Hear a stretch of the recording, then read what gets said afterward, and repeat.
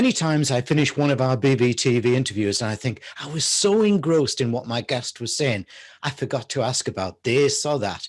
Well, today, my return guest is one of those people. Enjoyable to interview, informative in her answers, and a true achiever. She's the CEO of Goldex. Welcome back, Sylvia Carrasco. Welcome. Hi. Hello, Malcolm. Nice to see you again. I hope you're very well. Thank you. Well, I would be if I was in Spain with you rather than cold northeast of England, but never mind. Let's get on to our questions. Sylvia, this time you are kindly guesting on our Achciver Leader Show because you're a genuine achiever. Simply getting Goldx app to launch must have been demanding and of some super leadership skills. So tell us about Goldx and what those leadership challenges were to get to market. Where do I start, Malcolm? Well, challenges, I can tell you that I usually make a comparison between doing this and you have to be climbing Everest on flip-flops. Right? So if it was hard enough to do it with boots, imagine with flip-flops. Of course, it's extremely challenging. Every day, you have to think out of the box. Many times, I think one of the main characteristics of founders or founders who manage to go to make the products successful. There are various things. The first thing is that I think you need to be extremely determined. Only determination and people who are tremendously determined and who really believe in their own product can actually survive the hardship of doing something like this. So you have to have very thick skin. You need to have your goals very clean and in front of you. You need to continue every day with all these issues that on a daily basis you need to continue thinking that you're on the right track, that they are wrong, and that you can make it to the other side. So challenges, everything hard, extremely hard. I won't stop saying how hard it is to do something like this. I've worked in investment banking all my life. I'm used to pressure. I'm used to a very, high intensity, stress levels jobs. I've worked, for 25 years in numerous amounts of hours. And I was not, I didn't envisage it was going to be this hard. Same for all entrepreneurs. We're all in the same boat. I'm not better, I'm not worse than them in what I go through. So I always tell people, yes, it's great you do your own business, but just beware of how hard it is. And more importantly than anything else, you need to have a tremendous amount of mental strength to overcome this, because it's not easy to be told no on a daily basis. It's not easy to go on a roller coaster. You start the day very high, and then 2 hours later you are very low, and then 3 hours later you are very high. So you have a full roller coaster of emotions. It's like having it's like the weather in the UK. You can have 10 types of different weather on the same day, from sunny to snow. So many challenges. Very rewarding, but at the same time, extremely difficult. Difficult. So just remind everybody what Goldx does. So Goldx is the first marketplace for people to buy and sell physical gold. So the difference between us and any other gold company out there is that we have created a technology platform where the dealers, the independent dealers, post their best bid and offers, and they are basically giving us their best prices. When a customer of Goldex decides to buy gold, what we do is we select the dealer that at that very microsecond is offering the best price. If we need to split that order into multiple mini orders to always achieve best price, that's what we do. By being basically a customer of Goldex, we've also taken care of all the due diligence. We make sure that the dealers are, solid, that the gold is of a certain quality, which is minimum LBMA quality. We also make sure that the gold physically is sitting on the vaults. We make sure that the transactions are basically, the gold is basically in trust. So should we or that particular dealer go into bankruptcy, the customers are fully protected. So and on top of this, we offer the best price when people buy or sell, and we are obviously a provider for both retail customers and also institutions. Let me ask you a general question. You're a high performer, but what in general holds people back from achieving their fullest potential? Is it fear, lack of skills, attitude, what? I think it's mainly attitude.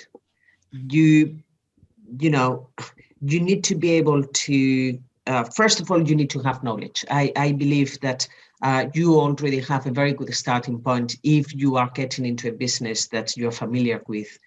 In my case, I had been working in this type of electronic trading business for 20 years. So obviously, I was very familiar to, knowing already what I was getting myself into. But more importantly, your attitude. If you're somebody who gets disheartened quickly, if you're somebody who who is not used to work under pressure, you will suffer. You will suffer a lot. The whole point is having a very clear idea of a vision of what you want to achieve. B, know that you can do it. You must believe in yourself. I think founders, by definition, we are tremendously arrogant, all of us, but we must be arrogant. We cannot, we have to go and very often say, you say no, I say yes, I will show you. So that type of attitude of, I am right, is needed. So you need to have that arrogancy or very solid belief in yourself that you can make it happen. And then, of course, very, very important, you need to be able to afford it. Getting into a startup, because usually you don't earn money, or you shouldn't earn money, or most of us don't earn money. So you need to have the financial back to make sure. You need to be able, is it the right time of your life to do this? Do you have children?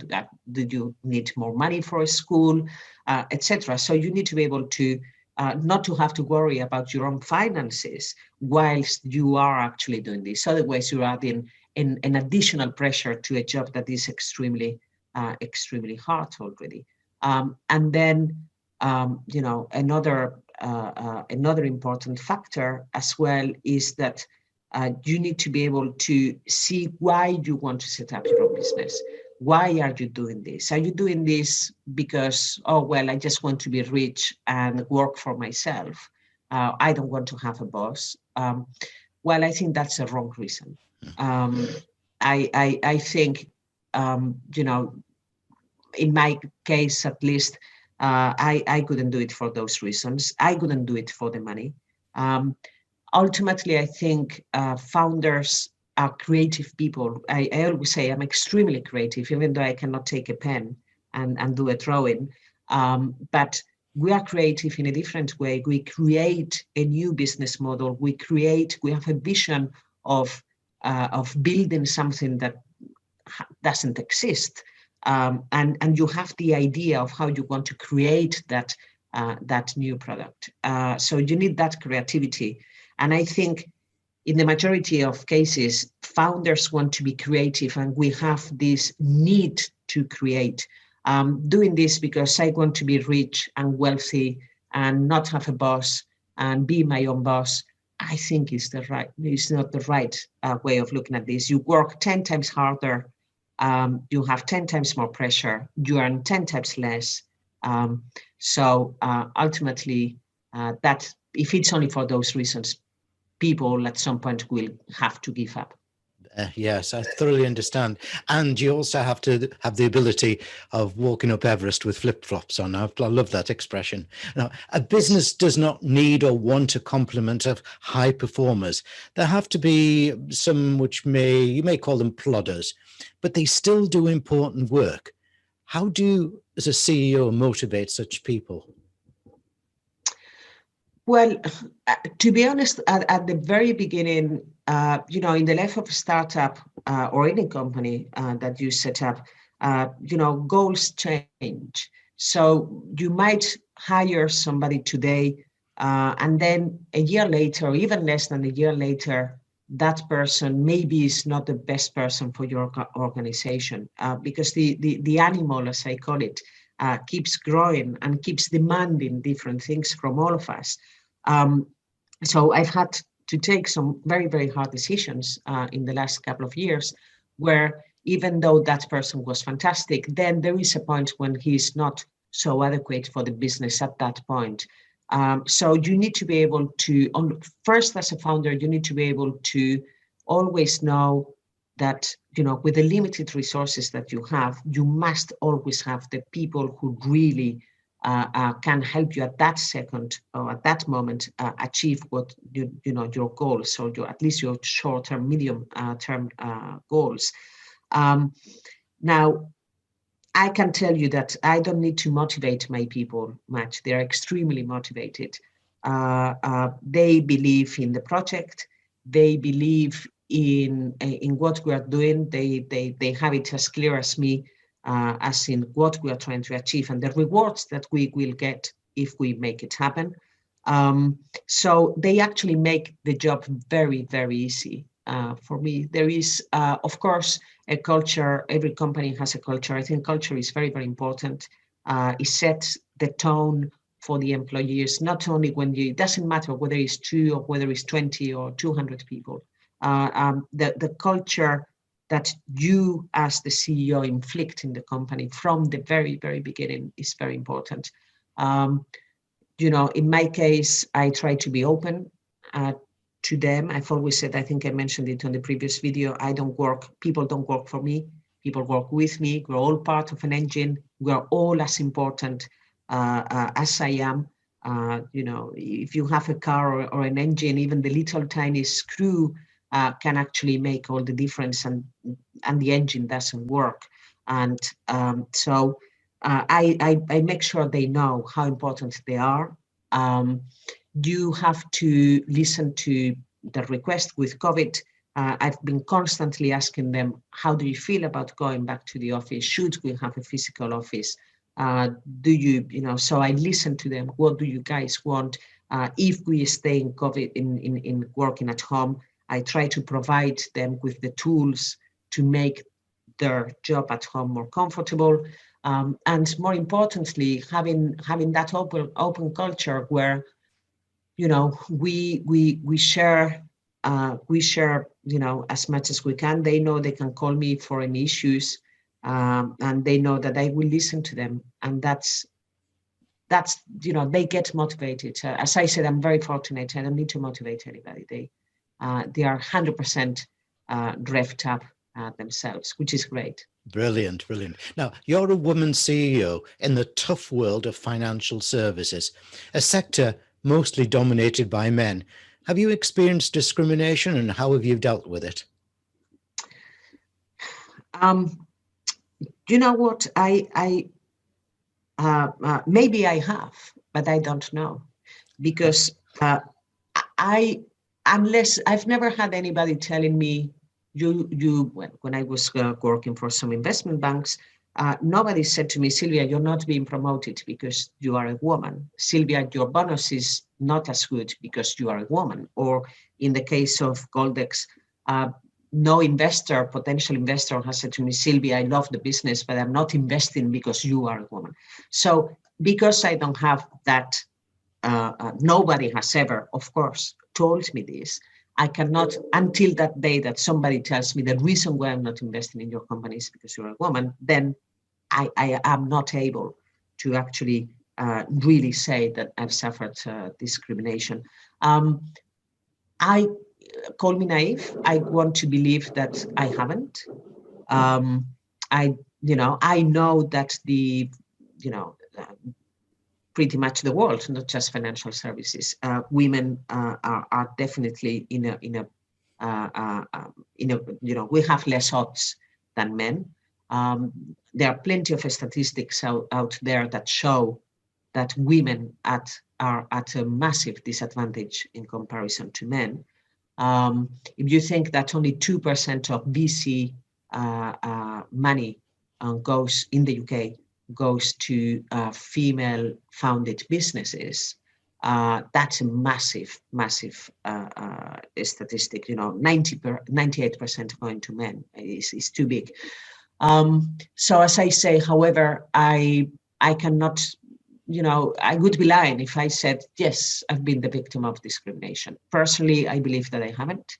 However, I understand that there is a big gap that we need to cover, and I try to be very vocal about it and trying to help people and help other women to do this. But I on as far as I'm concerned, I haven't suffered it, and maybe, as I say, because I'm naive, or maybe because I don't want to play the victim.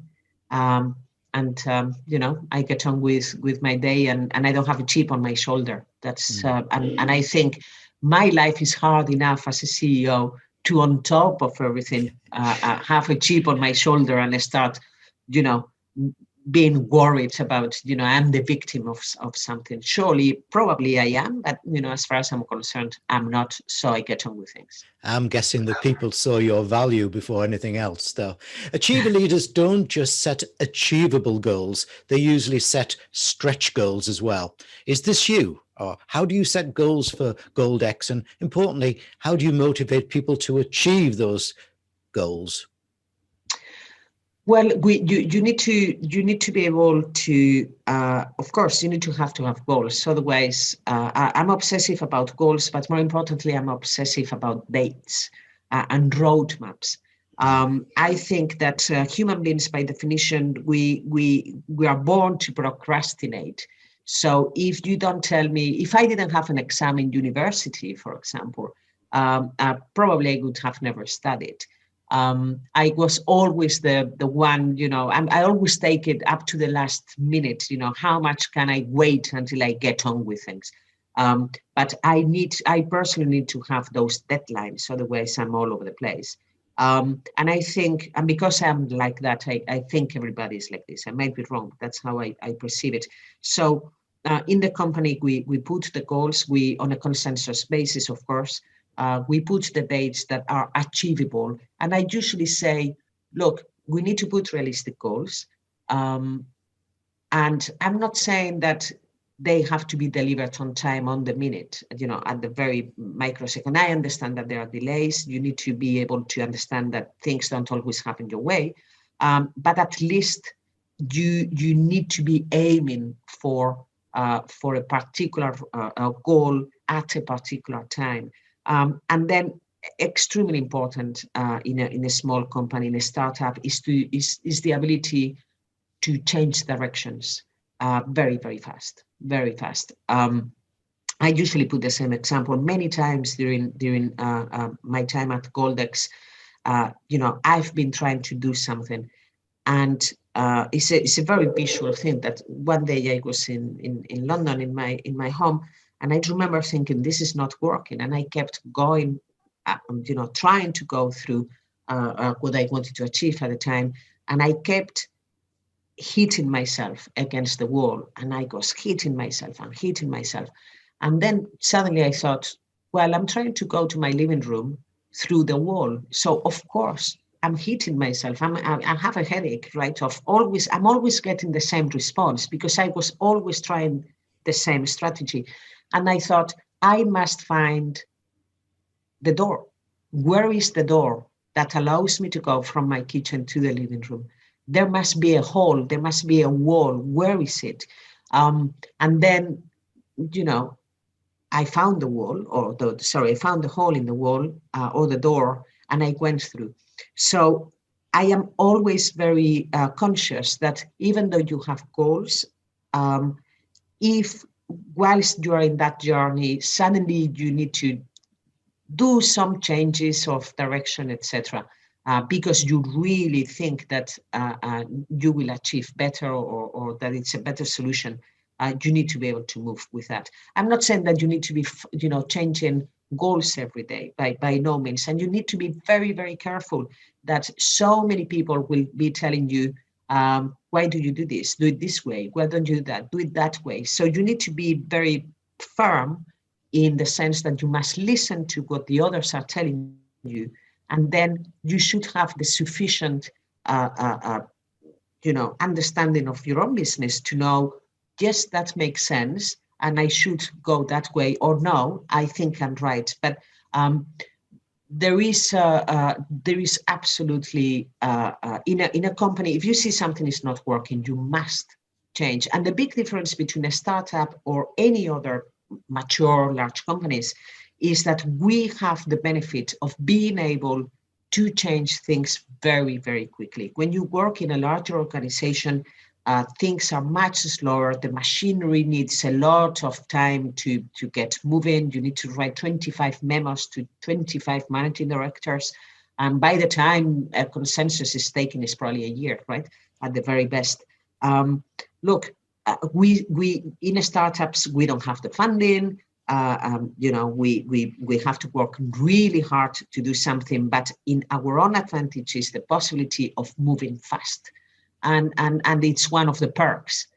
So if we don't utilize that perk, then we are in trouble. So that is what I try to do. And I've had to do it many times in the past, even with COVID. We needed to get, I very, very early on realized I had to send everybody home and work from home.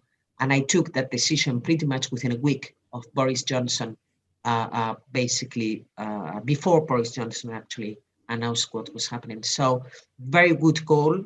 It was hard to take. Suddenly I had to get rid of the office, send everybody home and work from home, etc. But it was the right decision. And I took it pretty much in a couple of days, and boom, you do it.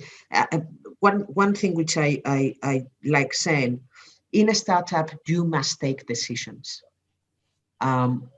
Whether they are it doesn't matter if they are the wrong decisions, as long as you take decisions. If you don't take decisions, is for sure is death. So taking decisions are important. If they are the wrong decisions, it doesn't matter. You've taken a decision. Brilliant advice, that. Now, with this world of uncertainty certain to continue, maintaining a cohesive and collaborative team and not lose momentum, I suggest, may be a challenge for any leader. So how do you plan to address such a challenge? Well, I think interestingly enough, when COVID started, and I sent, I said to my colleagues that we were all working from home. Of course, it was new territory for everybody, also for us.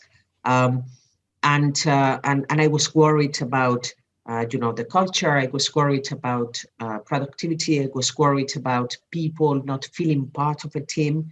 I was also thinking, damn, how difficult is it going to be hire new people when they don't have the ability of sitting next to you 8 hours in an office, and then they can really absorb what you are doing. I was extremely concerned about hiring, as a matter of fact, about how are these new people who've never been in Goldx are going to be part of the team and absorb everything. And to be honest, I'm extremely surprised how easy it has been. I think all of us, not just me, all of us, the new people coming into the company, the existing ones, we all know that this is what it is. We need to get on with things as they are today. Obviously, the possibility of having calls, video calls, etc., are amazing.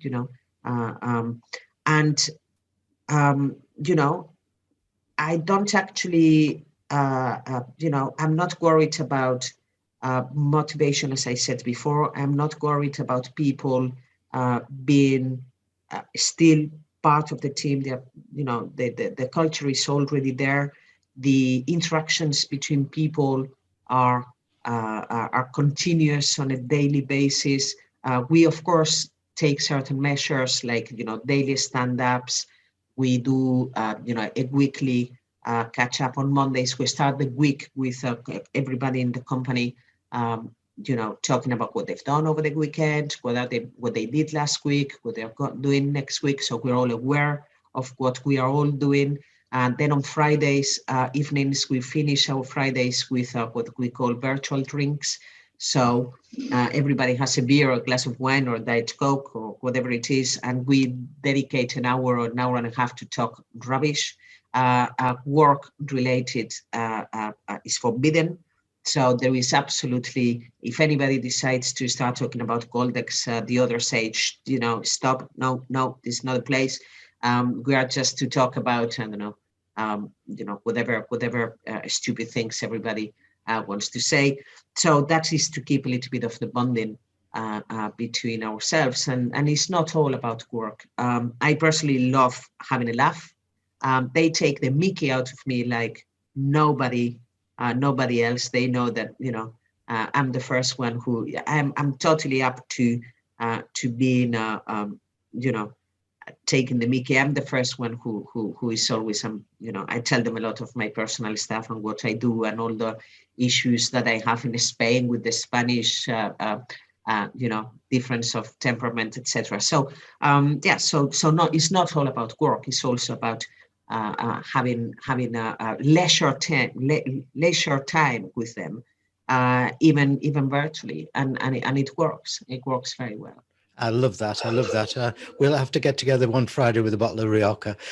Absolutely. Yeah. Goldx is an exciting concept which you've now brought successfully to market. But as a leader, you now cannot sit back on your laurels. Without giving away any confidential plans, how do you see Goldx evolving for its customers in the coming years? Well, I always say we are at the very beginning of our journey. I have tremendous visions and plans and ideas. If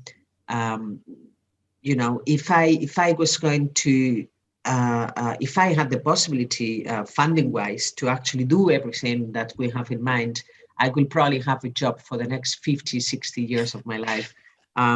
Which probably will be 120 years old and still having new plans and new visions. The expansion of Goldx is obviously on two fronts. One is on the products that we are offering both to the retail customers and the institutions that are now plugging into our technology. So, we are not short of features and products to bring to the market. And then on the other hand, of course, you have the geographical expansion. The world is very big. Startups these days are global. We think global, and the world is very, very big. So at the moment, we are obviously still a UK company. We will be opening to other markets with other currencies imminently. Because we are now opening more currencies for the retail customers. And very, very important for us is India. We incorporated our institutional business in India back this summer. So we're moving forward into the Indian market. Of course, the Indian market is the second largest gold market, only after China. We have amazing investors coming from India. And that is our main focus. Then, of course, as soon as I'm very focused in what I do, even though I would love to be able to go to the Middle East straight away, I would also love to be able to go to the US straight away. I need to focus in India. Once that is up and running and it's operating, I will start looking at the other geographies. But we, as I said, I could continue working on this for 100 years and I would still find new things to do. So it's very exciting time for us. But one day at a time. Sometimes I think if you try to do too many things at once, you have the risk of not delivering anything. So don't get me wrong, we have far too much. Probably we actually have too much on our plates. So I just focus on make sure that works. And then, as I said, the additional products and its additional features. You're an inspiration. Sylvia, my last question. So time for my traditional granting of 3 wishes to every guest. If I give you 3 wishes for the future of financial services like yours, what would they be? The first one could probably be for for the customers. For the customers to be informed properly by the new players. For the customers, my wish could be that the customers are not taken advantage of, and they unfortunately every day we still see some bad situations with even large companies like Wirecard recently. Having committed fraud because somebody in the organization did, and that is terrible. I think even large organizations like Wirecard and a member of the DAX index is in Germany is absolutely phenomenal that happens, and it shouldn't happen. So I would wish consumers to be protected and to be not to be taken for a ride. The second wish for the financial services, I think it could be a better place if more women were actually part of it, part of the financial ecosystem. I think that women deserve to have higher visibility in the market. So I could wish other women to be given the chance to be part. We are very good. We can be very, very good. So I'm sure if many women are given a better chance, that will be very, very good for the industry. And then the final wish I would have for the financial services industry would be to make sure that anything to do with with bureaucracy, with funding, with anything which is more of an administrative point of view is made easier for the new people starting. So I must admit that the UK is already excellent at it. You can set up a company in an hour. It costs you, I don't know, £100 these days. I don't even know. So the UK is a fantastic place to set up a business, and it's very easy. But then when you go into other jurisdictions, like in Spain, where I am at the moment, just the amount of paperwork to incorporate a company, just the amount of bureaucracy you need to do with the tax offices, etc., is very, very complex. So just to simplify things, just to give a little bit of help to entrepreneurs who are setting up new companies, new fintech companies, and basically make our lives slightly easier when it comes to bureaucracy and etc. Which, as I said, I cannot complain about the UK. I think the UK is fantastic, and to have the help from the government, which again in the UK, the government is extremely helpful, and my cuckoo is ticking now again. Sylvia, it's at this time, then it's time for me to go, says the cuckoo. But thank you very much indeed for a fantastic return. Thank you, Sylvia. Thank you so much, Malcolm. Thank you.